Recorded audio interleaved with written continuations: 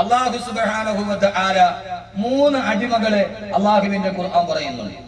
ഒന്ന്, അങ്ങനെ ഒരു അടിമയെ നമ്മൾ പരിചയപ്പെടുകയാണ്. അല്ലാഹു അങ്ങനെ ആക്കി തരട്ടെ. ഞാനൊരു അടിമയെ ഇന്ന് പരിചയപ്പെടും. ഖുർആൻ പറഞ്ഞ അടിമയാണ്. ഒരു ആയത്ത് ഇറങ്ങിയത് ആ അടിമയെ കുറിച്ച് പറയാനാണ്. സൂറത്തുൻ നഹൽ. അല്ലാഹു സുബ്ഹാനഹു വ തആല അങ്ങനെ ആക്കി തരട്ടെ. ضرب الله مثلا عبدا مملوكا لا يقدر على شيء وهو كل على مولاه أينما يوجهه لا يأتي بخير ومن يأمر بالعدل وهو على صراط مستقيم. അല്ലാഹു പറയുകയാണ്, ഒരടിമയെ അല്ലാഹു നിങ്ങളുടെ മുമ്പിൽ പരിചയപ്പെടുത്തി തരികയാ. പടച്ചറപ്പിന്റെ ഖുർആനാണ്, സൂറത്തുൻ നഹലാണ്. അല്ലാഹു പറയുന്നത് നമ്മളെ കുറിച്ചാണ്. ചെറുപ്പക്കാരാ, ഒരടിമയെ പടച്ചറപ്പ് നിങ്ങളുടെ മുമ്പിൽ പരിചയപ്പെടുത്തി തരികയാ. അവൻ ആരെന്നറിയോ?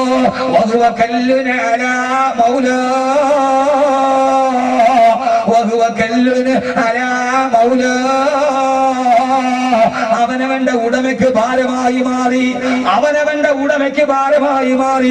ഉടമയ്ക്ക് ഭാരമായ അടിമ. എന്റെ ശബ്ദം കേൾക്കാൻ ഇവിടെ തടിച്ചുകൂടിയ എന്റെ പ്രിയപ്പെട്ട ചെറുപ്പക്കാരി, അല്ലാഹു പറയുകയാണ്, അവൻ ഈ ഭൂമിയിൽ ജീവിച്ച എന്റെ അടിമയാണ്. പക്ഷേ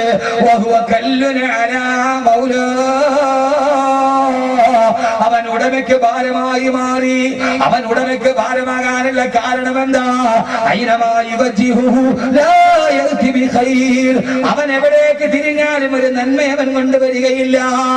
എവിടേക്ക് തിരിഞ്ഞാലും, ഇടത്തോട്ട് പോയാലും വലത്തോട്ട് പോയാലും മുമ്പോട്ട് പോയാലും പുറകിലോട്ട് പോയാലും അവൻ തിന്മ മാത്രമല്ലാതെ ചെയ്യില്ല.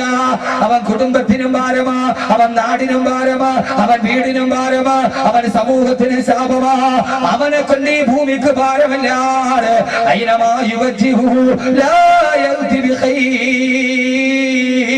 എന്റെ പ്രിയപ്പെട്ട സഹോദരങ്ങളെ, ആവർത്തിച്ച് ഞാൻ ഓർമ്മിപ്പിക്കുകയാണ്, അങ്ങനെ ഒരു അടിമയാകല്ലേ, ഉടമയ്ക്ക് ഭാരമായ അടിമയാകല്ലേ. ഏത് അടിമയാണ് ഉടമയ്ക്ക് ഭാരമായി മാറുക? ആ സമയത്തല്ലേ ദുബൈയില് ധാരാളം ഡോളറുകളും ദിർഹമുകളും വാങ്ങിച്ചവരില്ലേ? ഒരു എക്കോണമിക് ക്രൈസിസ് വന്നപ്പോ, ഒരു സാമ്പത്തിക മാന്ദ്യത വന്നപ്പോ, കുറെ തൊഴിലാളികള് കമ്പനികൾക്ക് ഭാരമായപ്പോ ആ സമയത്ത് കമ്പനി പിരിച്ചുവിട്ടില്ലേ? ഇനി കമ്പനിക്ക് നിങ്ങൾ ഭാരമാണ്, നിങ്ങളെ തീറ്റിപ്പെട്ടാൻ ഞങ്ങൾക്ക് സാധ്യമല്ല, കൊടുത്തിട്ട് പിരിച്ചുവിട്ടില്ലേ? അല്ലാഹു പറയുകയാണ്, ഈ അടിമകൾ എനിക്ക് ഭാരമായി മാറിയ, പടച്ചറപ്പിന് നമ്മുടെ ഭാരമായി മാറിയ, ബാങ്ക് വിളിച്ചാൽ നിസ്കരിക്കുകയില്ല, റമദാനില് നോമ്പ് പിടിക്കുകയില്ല, സാമ്പത്തികം കിട്ടിയാൽ സദഖ ചെയ്യുകയില്ല. എല്ലാം എനിക്ക് വേണ്ടി പടച്ചറപ്പ് പറഞ്ഞ ഒരു കാര്യം ചെയ്യാതെ ആരെങ്കിലും ഉടമയ്ക്ക് ഭാരമാകുന്ന അടിമയായി മാറിയാൽ അവനെ പിന്നീട് ഉടമ ചെയ്യുന്നിടണ്ട, അവനെ അല്ലാഹു ഡിസ്മിസ് ചെയ്യുമെന്ന് അല്ലാഹുവിന്റെ വിശുദ്ധ ഖുർആൻ ഉടമയ്ക്ക് ഭാരമായ അടിമകളെ കുറിച്ചിട്ടാണ് അല്ലാഹുവിന്റെ ഖുർആനിൽ അല്ലാഹു പറഞ്ഞത്. അലം തറ കൈഫ ഫഅല റബ്ബുക ബിആദ് ഇറമദാത്തിൽ ഇമാദില്ലതി ലം യുഖ്ലഖ മിഥ്ലുഹാ ഫിൽ ബിലാദ് وثمود الذين جابوا الصخر بالواد وفرعون ذي الأوتاد الذين طغوا في البلاد فكثروا فيها الفساد. ഗോത്രത്തെ കണ്ടോ? അവനും എന്റെ അടിമയാ. ആദ് ഗോത്രത്തെ കണ്ടോ? അവനും എന്റെ അടിമയാ. ഫറോവയെ കണ്ടോ? അവനും എന്റെ അടിമയാ. പക്ഷേ ഈ ഭൂമിയിലെ ഒരു കുഴമ്പത്തിന്, ഇവിടത്തെ കുഴപ്പത്തിന് അവരുടെ പണം വിനിയോഗിച്ചപ്പോ അല്ലാഹു കൊടുത്ത പണമല്ലേ അത്? ചെമ്മണ്ണൂരിനാണെങ്കിലും ആലുക്കാണെങ്കിലും ലുലുവിനാണെങ്കിലും പണം കൊടുക്കുന്നതാരാ? വലില്ലാഹി ഖസായിനുസ് സമാവാതി വൽ അർദ്. ആകാശ ഭൂമികളുടെ ഖജനാവിന്റെ താക്കോല് പടച്ചറപ്പിന്റെ കയ്യിലാ.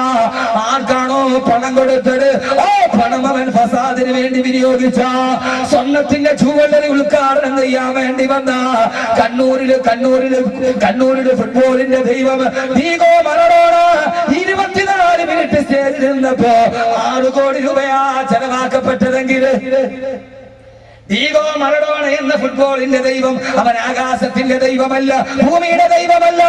ഫുട്ബോളിന്റെ ദൈവം 24 മിനിറ്റ് നിന്നപ്പോ 6 കോടി രൂപയാ ചെലവെടുക്കപ്പെട്ടതെങ്കിൽ അല്ല പറയുന്നു, എന്റെ സമൂതിനെ നിങ്ങൾ കണ്ടില്ല. കല്ലുനല മൗല, ഉടമയ്ക്ക് ഭാരമായി മാറും. ഉടമയ്ക്ക് ഭാരമായി മാറിയാൽ എന്താ മനുഷ്യന്മാരെ പേടിച്ചു പോയാ? എന്താ പേടിക്കണമല്ലോ. ഉടമയ്ക്ക് ഭാരമായി ഉടമ എന്ത് ചെയ്യും? സൗദി അറേബ്യക്ക് ഭാരമായി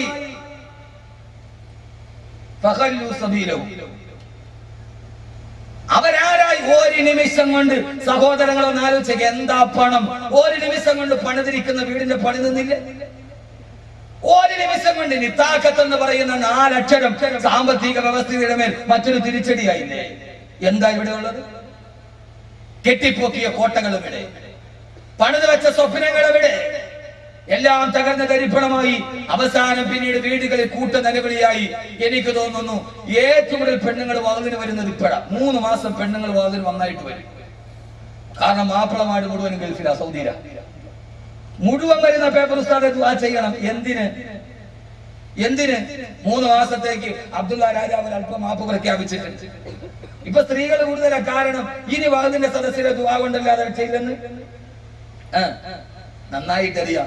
ലിസീര് പോയി, അപ്പോളയിൽ പോയി. ഇനി മുയിലിയാരെ ഊത്തല്ലാതെ പറ്റൂലെന്ന് എന്ത് ചെയ്യാം? അപ്പൊ പിന്നെ പള്ളിക്കാട്ടിൽ വന്നേ പറ്റൂ. കാരണം മിക്ക ഖത്തീബന്മാരുടെ റൂം ഖബർസ്ഥാന നേരെ എതിരെയാണ്. എന്റെ പ്രിയപ്പെട്ട സഹോദരങ്ങളെ, അള്ളാഹു മനസ്സിലാക്കാനുള്ള ബോധം നൽകട്ടെ. അള്ളാഹു ചോദിക്കുന്നു, സമൂദിനെ നിങ്ങൾക്കറിയില്ലേ? ആരാ സമൂദ് ഗോത്രം? ഇനി 2 അടിമകളെ കൂടെ അള്ള പറയുന്നുണ്ട്. വിഷയം അവസാനിപ്പിച്ചിട്ട് ഞാൻ പോകും. അവസാനിപ്പിച്ചിട്ട് ഇതൊരായത്ത്. ഉടമയ്ക്ക് ഭാരമായി. ആ ഉടമയ്ക്ക് ഭാരമായ അടിമകളാണ് ആദ്, സമൂദ്, ഇറം, ഫിർഔൻ, ഹാമാൻ, കാറൂൻ, അബൂജഹൽ, ഉത്ബത്ത്, ഷൈബത്ത്.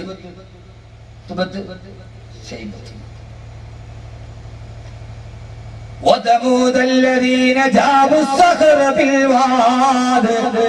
സമൂദിനെ നിനക്കറിയില്ലേ? അവര് പാറക്കെട്ടുകൾ കൈവിരലുകൾ കൊണ്ടാണ് തുരന്നിട്ട് വീടുണ്ടാക്കിയത്.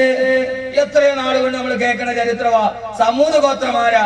അവര് പാറക്കെട്ടുകൾ തുരന്നിട്ട് അതിന്റെ അകത്ത് JCBയുടെ പല്ലിലെ JCBന്റെ പല്ല്, JCB ഞാൻ പറഞ്ഞ എന്തോ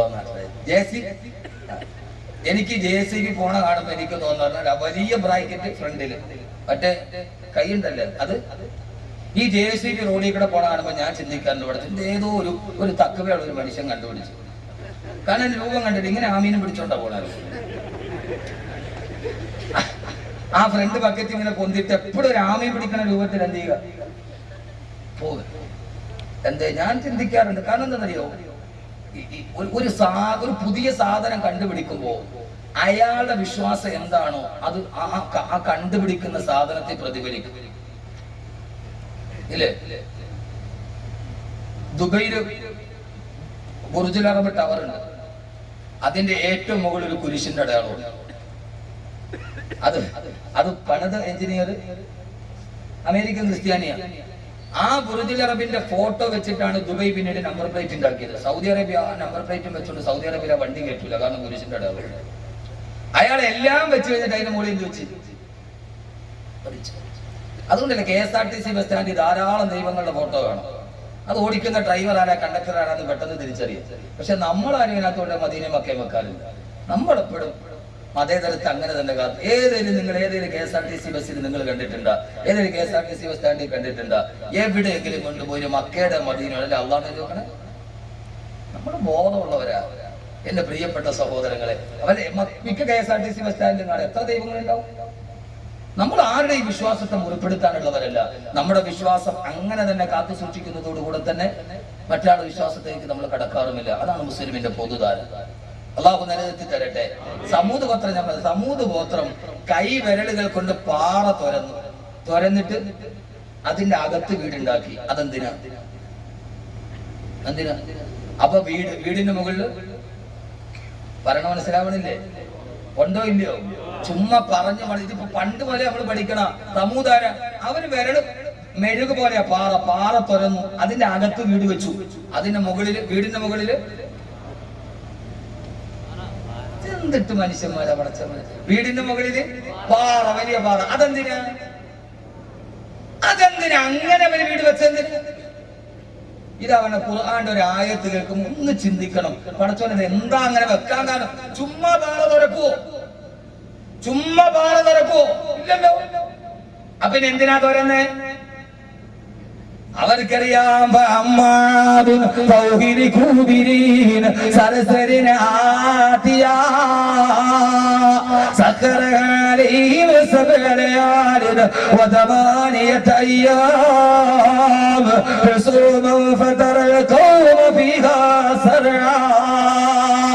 അവരുടെ മുൻഗാമികളായ സമൂഹം ആദുഗോത്രമാ. സമൂഹത്തിന് മുമ്പ് വന്ന ഗോത്രമല്ലേ ആദുഗോത്രം. ആദുഗോത്രത്തിനോട് ഹൂദ് നബി അലൈഹി സ്വലാത്തു വസ്സലാം പറഞ്ഞു, ആദേ, ഉടമയ്ക്ക് ഭാരമാകരുത്, അല്ലാഹുവിന്റെ കൽപ്പനകളെ തിരസ്കരിക്കരുത്, താന്തോന്നികളായിട്ട് നിങ്ങൾ ജീവിക്കരുത്. ആ സമയത്ത് ആദുഗോത്രം അതിനെ തള്ളിക്കളഞ്ഞപ്പോ അല്ലാഹു ആദുഗോത്രത്തെ നശിപ്പിച്ചത് എങ്ങനെയാ? സഖറഹാലൈഹിം സബഅലയാലിന വസമാനിയത അയ്യാം.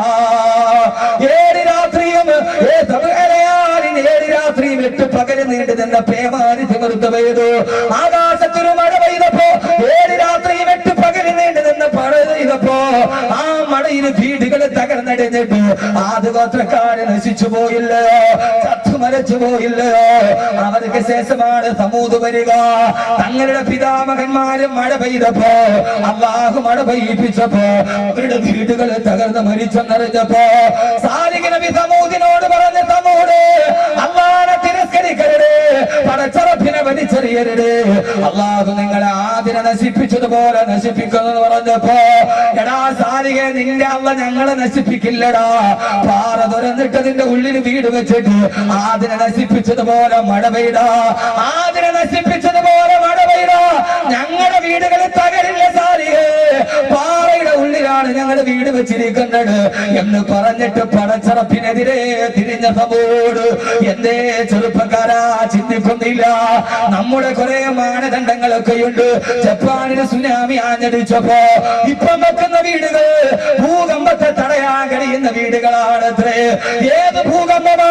ഭൂകമ്പത്തെ തടയുന്ന വീടുകൾക്ക് ബോംബെ മുനിസിപ്പാലിറ്റി ഇപ്പോൾ അനുവാദം കൊടുക്കുകയുള്ളൂ. അമ്മ പിടിച്ചിട്ട് ഭൂമി കുലുക്കിയാൽ തകരാൻ പാടില്ല.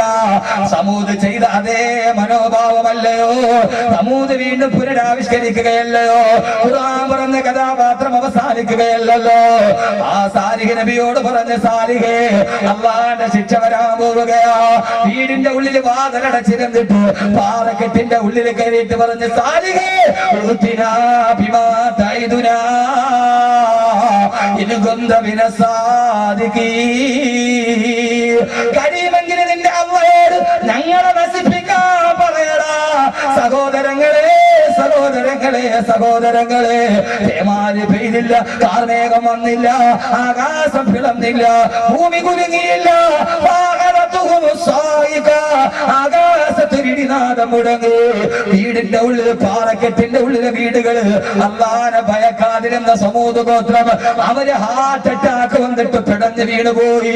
ആകാശത്തെ ഇടിനാദത്തിന്റെ ശബ്ദം സഹിക്കാൻ കഴിയാതെ 120 ഹെർട്സിന് മുകളിലോട്ടുള്ള ആവൃത്തിയുള്ള ശബ്ദ തരംഗം അതൊരു മനുഷ്യനെ സഹിക്കാൻ പറ്റില്ല. ആകാശത്തിന് വെള്ളിടി മുടങ്ങിയപ്പോ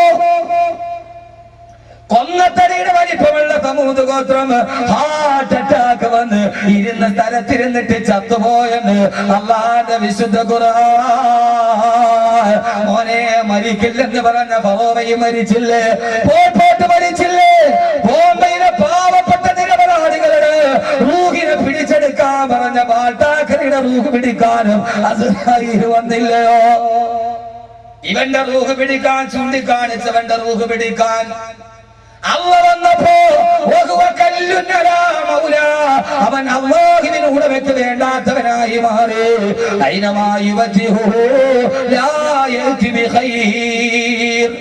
അവൻ എവിടോട്ട് തിരിഞ്ഞാലും നന്മ ചെയ്യില്ല.